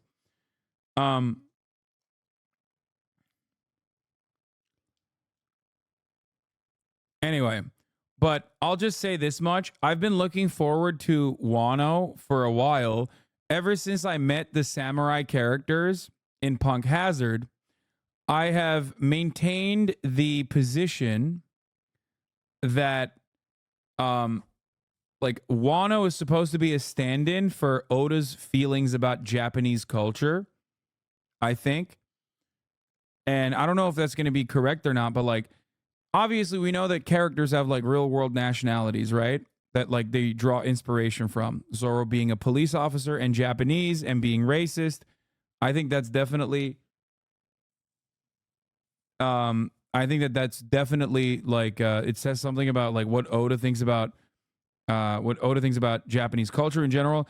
I think how strict the samurai are and how traditional the samurai are, I feel like it's a commentary on what Oda thinks about Japan, maybe. But we'll see. We'll see. Maybe I'm totally wrong about it. Wano is in Palestine. Skypiea is. Yes. So yeah, we'll see. Oda's take in the women of Wano. No spoilers. Wait, what?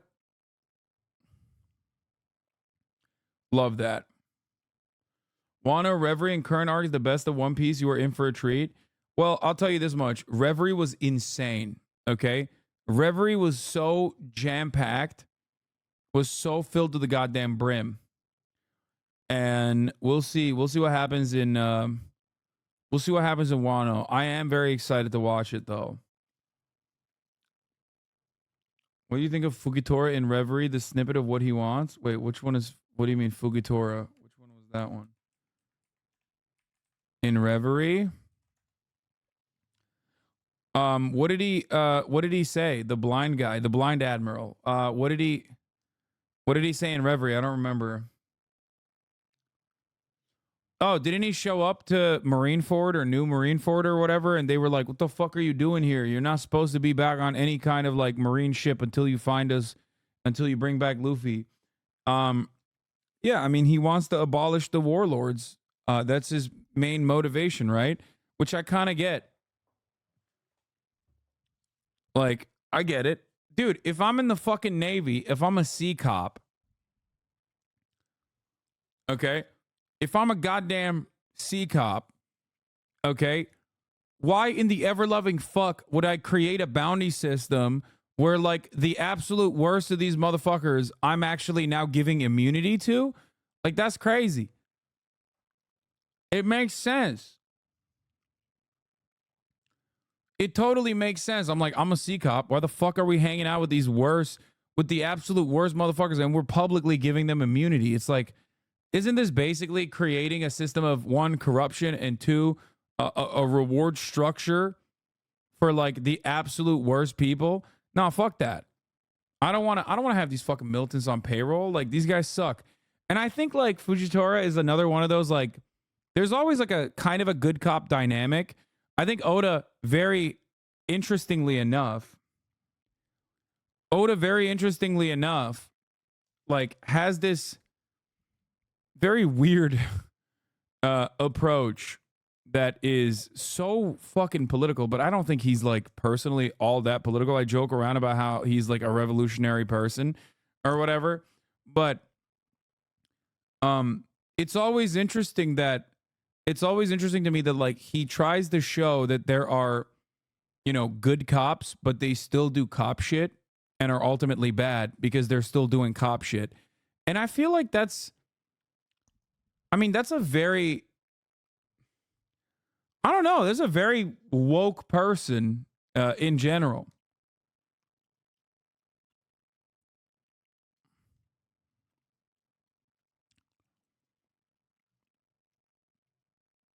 But I do personally love that there are, look at the duality of this community, except everyone sees the top of the hour ad break. That's like the one uniting factor, unless they're subscribed. You think him being blind has a meaning there as well? Well, he says he blinded himself after he saw something vicious, right? I don't know if it was like...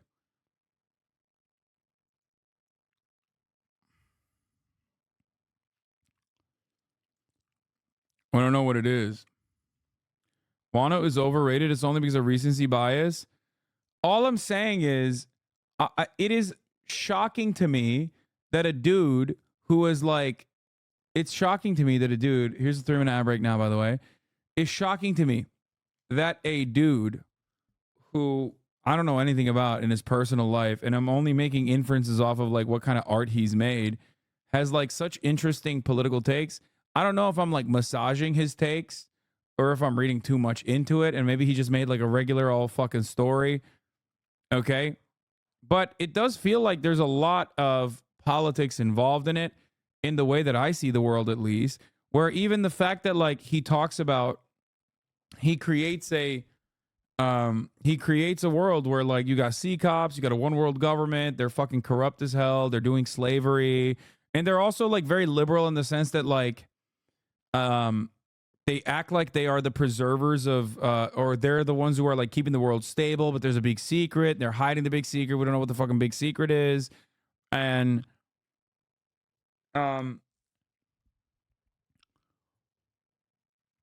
but even then you have like, you know, Garp, and you have Fujitora, and you have all these other, what is this? Garp, my children will become proud soldiers of the Navy. His children. Yeah. Oda literally modeled the Revolutionary Army off of Che and Castro. I know that. Look.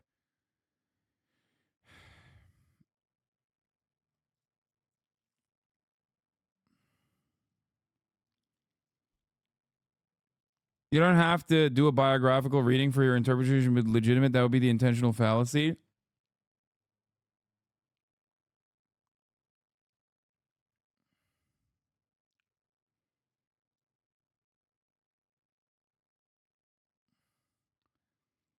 Like, there's that. There's like all the references to like Che Guevara and things like that. But then there's also, yeah, Al-Kiji left the Marines after losing to another, almost gave up on his justice too. There's another one, like the only good cop is a cop that left the force type shit. You're scared to believe, aren't you? No, you know what I'm actually worried about? Because like I talk about One Piece being like a very leftist anime, I'm worried about it like reaching like so much momentum that people just genuinely ride for it in that same way. I know this community wants to believe it, and I know there's plenty of fans that even outside of this community that like universally also probably see it in a similar fashion. But I do worry that like, I do worry that like one day Oda is going to make, my biggest fear, this is so dumb, is that he's going to come out and be like, I'm not a socialist. I hate socialism. Especially because like there are so many fucking annoying One Piece fans who are like, this is not political, this is not political, this is not political at all. And it would be like a tremendous amount of fucking heartbreak if that was the case. You know what I mean? Oda comes out and is like, you guys read into this completely wrong. You guys are so wrong. Especially that one guy, I don't even know what his fucking name is, that fucking fake socialist hypocrite billionaire fail son, Hasanabi Piker. Fuck you guys. It's actually very capitalist. It's not even political, but if it was political, it would be fucking capitalist. I actually love the one world government. Actually, fuck socialism. He says that. And if that's the case, I die right in that moment. Yeah. My normie friends, after watching Trash Taste episodes, started saying One Piece is political because it is. It is political. There are entirely too many political references and too many power dynamics, including little Easter eggs about like genuinely revolutionary figures. And it would be a wild heel turn for the Revolutionary Army to not be the good guys, but instead to be the fucking bad guys somehow. You know what I mean? I had no idea you were in One Piece, bro. You mean into One Piece? Yeah.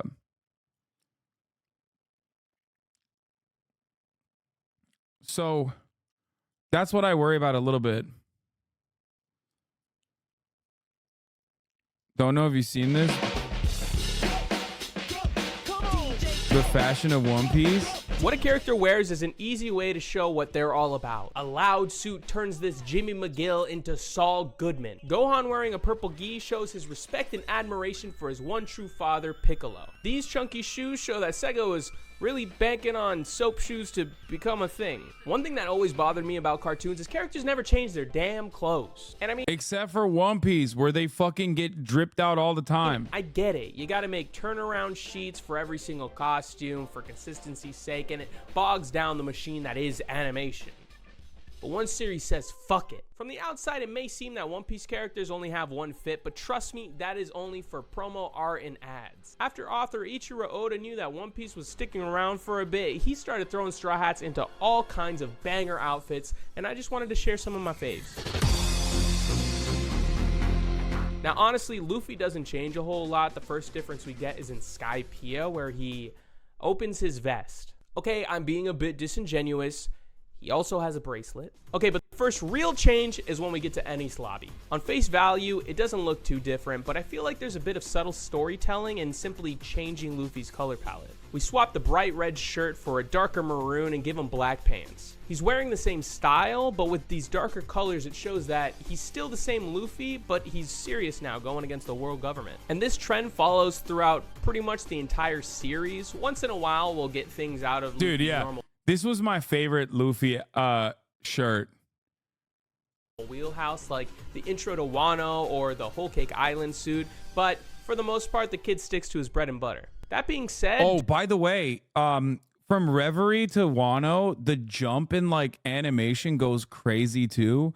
I must admit, it goes extra hard, and it literally turns into an entirely different anime.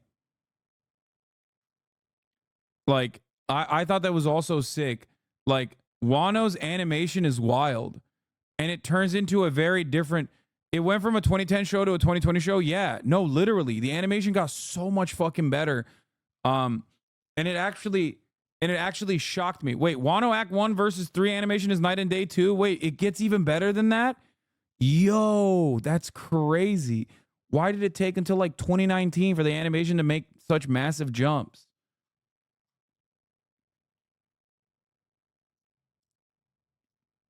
Anyway, that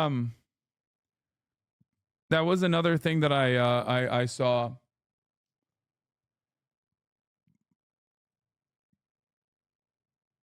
The new arc literally has 2030 animation.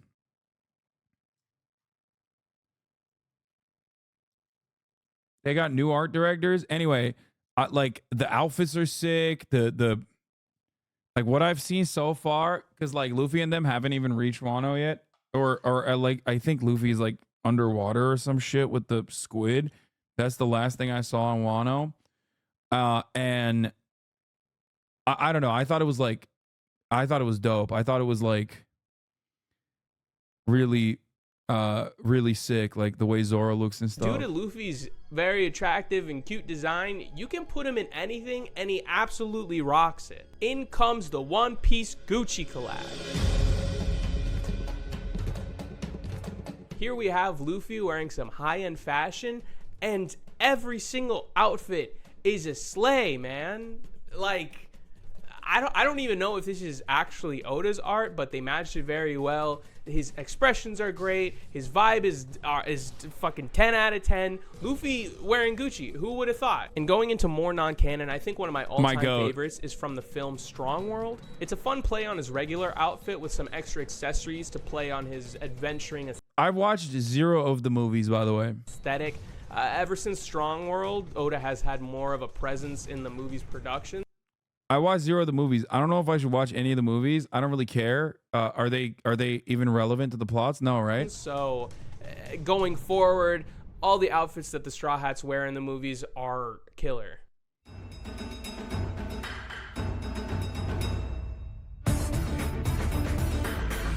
Zoro's character is so cool, and it's such a shame that the man never changes his fucking clothes. I get it. The dude canonically does not shower, but he has not taken off these pants for the entire series. He's One right. exception is Dressrosa, Well, which I love. Now, this is just a yeah, personal he wears thing, a but suit characters in suits Dressrosa. are a hit for me. I don't know, they look so damn cool, and seeing Zoro in a suit is such a breath of fresh air. He looks awesome. Going back to the Strong World movie, in the finale, all the Straw Hats get dolled up, so this outfit isn't so dissimilar from this one, but I wanted to diversify a little bit, so we're choosing Dressrosa. The other movies like Z and Gold have Zoro in more business casual, which look absolutely amazing, but all that being said, these are not my favorite.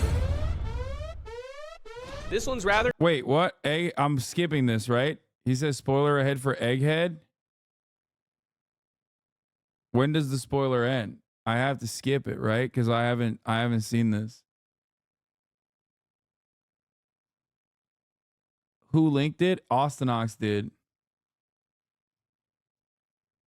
Just the fits, don't worry. Yeah, but he gave a fucking spoiler, dog. It must be skip to Nami.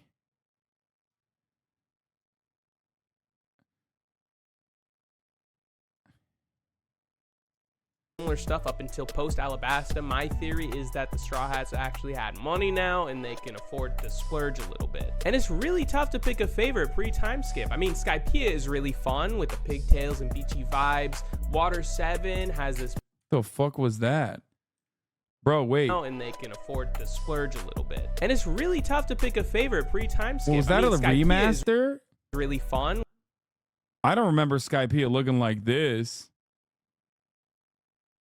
Did they like remake it or something? What the fuck? With pigtails and beachy vibes. Water 7 has this button up and tie. Super cute. Both Thriller Bark outfits are amazing. Post time skip has been kind of rough with no real standouts except for one, and it's got to go to this dress in Whole Cake Island. Oda, please. Personally, I love it when Nami does things with her hair. I'm not a big fan of the long hair of post time skip, but when she does fun stuff, Bro, Nico Robin, Miss All Sunday, anime peaked, okay? When you want to talk about best girl, All Sunday Nico Robin is literally the peak, okay? Pre-time skip Nico Robin is all hits, okay? It's all hits, no misses. Everything is a 10 out of 10. The greatest crime of all time was making Nico Robin more Caucasian and deleting the bangs. Okay? That's it. Unacceptable. But Miss All Sunday is literally the greatest, most peak, most excellent version. I think it looks really good. Let's Robin go. struggles in the same way with having no real post-time skip drip. The only one that I really like is Egghead Island, but I'm not picking that one. So we have to go to pre-time skip where there are some bangers like the Goth Mommy dress in Thriller Yes. Bark, and the return of the cowboy hat in Sabaody Yes. is fantastic. But is anything ever gonna top any Slobby? The black leather dress with the white Okay, fringe this was a pretty fire one doesn't too, but get Miss All better Sunday than is the this. peak, I think. Except for it does. Strong World, the first outfit she wears, Robin in glasses, this freaking dress, Strong World solos, sweep the competition. I don't make the rules, I just follow them. この俺を敵に回したことを後悔しね金魚すくいの名人の称号を持つこの俺をあんたすげえよすげえだろ嘘じゃないだ No All Sunday mention means that this is like completely, this is fraudulent. This is fraudulent activity. 嘘だと言ってくれ嘘 Back to someone who never changes. Usopp refuses to take off these fucking overalls. If I had to choose, I'd probably go with Dress Rosa. I think the helmet looks pretty cool and the jacket. I don't like Usopp's drip at all. I think Sanji has like a lot of cool drip. Sanji's worst drip, in my opinion, might be the fucking what do you call it? The one where he's on Zoo. All the colors Is Black History Month. I don't care, man. match very well. Really slim pickings from you, Usopp. It's such a shame too because Oda can draw Usopp in some fantastic attire. Looking at some of the colors. Bro, the fact that he missed this is like, that's a miss. Miss All Sunday is ethereal. Sanji's weakest drip clears Usopp's best drip easily. Yes. color spreads that Oda has done. He has some great outfits for Usopp. One of my personal favorites being this one, where his hair is down. I mean, he's either wearing a hat or he has his hair up in a ponytail. Oda, let Usopp's hair down. You're literally nerfing his sexiness. You know, and it's wild because Usopp is literally the most creative Straw Hat of them all, and I wish he would express that more in his outfits. Look at any one of his costumes from the movies. Yo, that's sick. You can't tell me the kid wasn't up all night designing these things. Come on.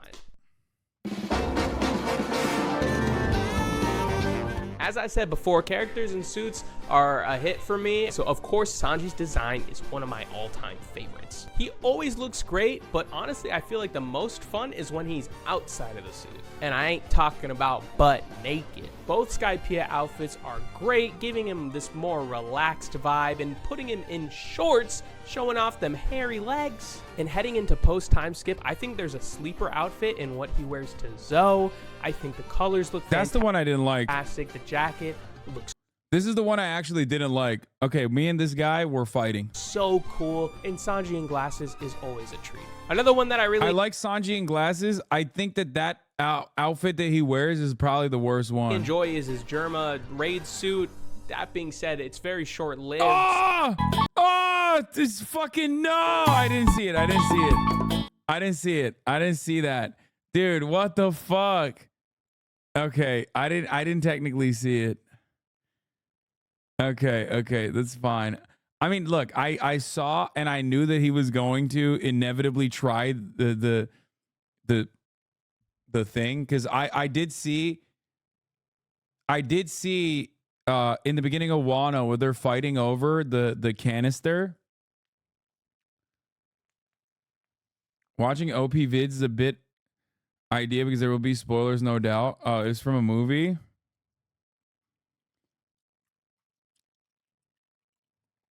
Damn, he went into Even the Brook. first time he's had his afro be different colors, he looks so cool. But on the complete other side of the spectrum, you get metal pirate core Brook with this spiky afro and leather all over. This shows that Oda can still dress Brook, so let's hope that he's in the kitchen right now cooking something special for my boy. I skipped Chopper because I don't really care.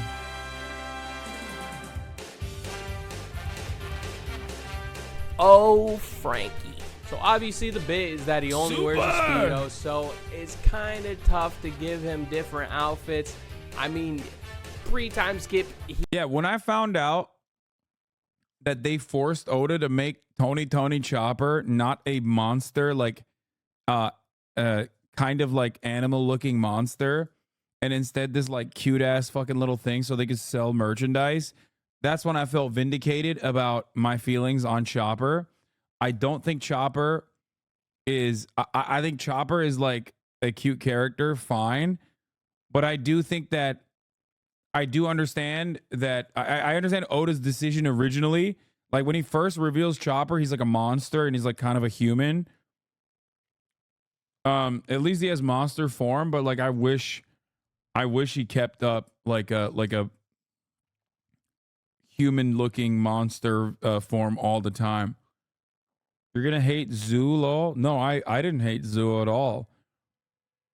He was just changing out shirts. Going back to Strong World, I think this leather jacket looks so fly on him. And I mean, the stars on the Speedo are fun. But then we get to post-time skip and things get a little tricky. On one hand, we get Frankie in more out there outfits, and this is exemplified with his new hair changing concept. But on the other hand, it's beholden to this design. Now, we're not here to talk about character designs, but post-time skip Frankie makes outfits look very weird. You mean to tell me this guy and this guy are wearing the same thing? Some color spreads have Frankie in open jackets or tank tops, which I think look fine. I mean, Film Red went full on metal with him as well, and this looks sick as fuck. But in my opinion, I think that his outfit in Egghead Island plays into his new robot design perfectly. Okay, Last but not least, we have the newest member of the DK crew, Jinbe. Even though I hate post time skip Frankie. Okay. I'm like worried that there's gonna be more fucking spoilers in here, so I'm not gonna watch the rest of it. You are literally Frankie. I will take on that I'm Katakuri, but I will not. I refuse that I'm Frankie. What is this? The breathtaking world of One Piece?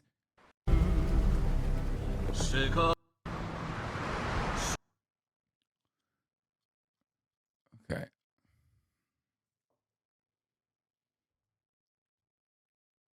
The mangaka for Black Clover is definitely a leftist.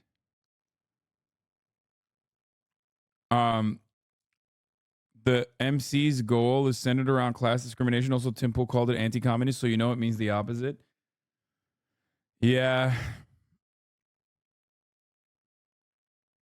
But yeah, give the guy a like. Yeah, I agree. This guy's video was great. It's very well thought out, even though I disagree with him. Okay.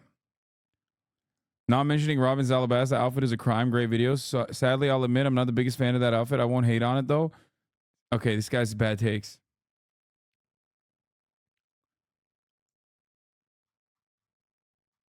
Bad takes.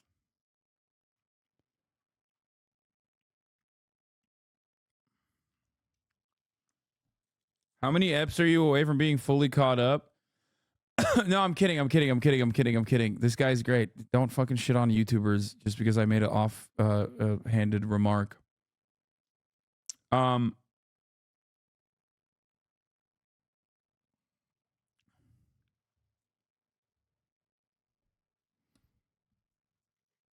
I just started Wano, so probably like another 1,000. I don't fucking know. Dude, I don't know. How many episodes is Wano?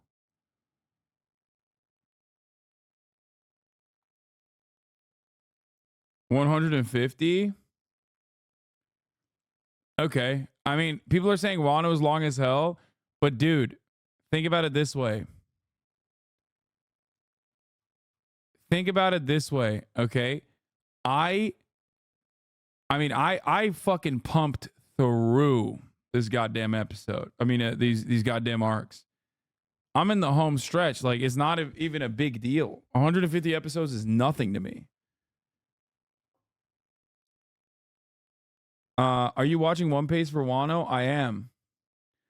But I also secretly am worried about catching up because then it's going to be like a trek. Especially because I've heard that like the anime when it's like the anime when it catches up is like filled to the brim with fillers kind of. Switch to normal watching now? Fuck no. I'm not going to switch to normal watching. I really like One Piece so much.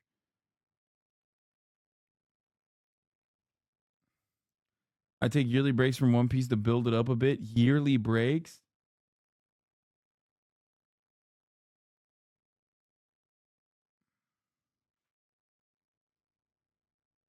Once you catch up, you'll realize One Piece isn't long enough. I'm just kind of worried.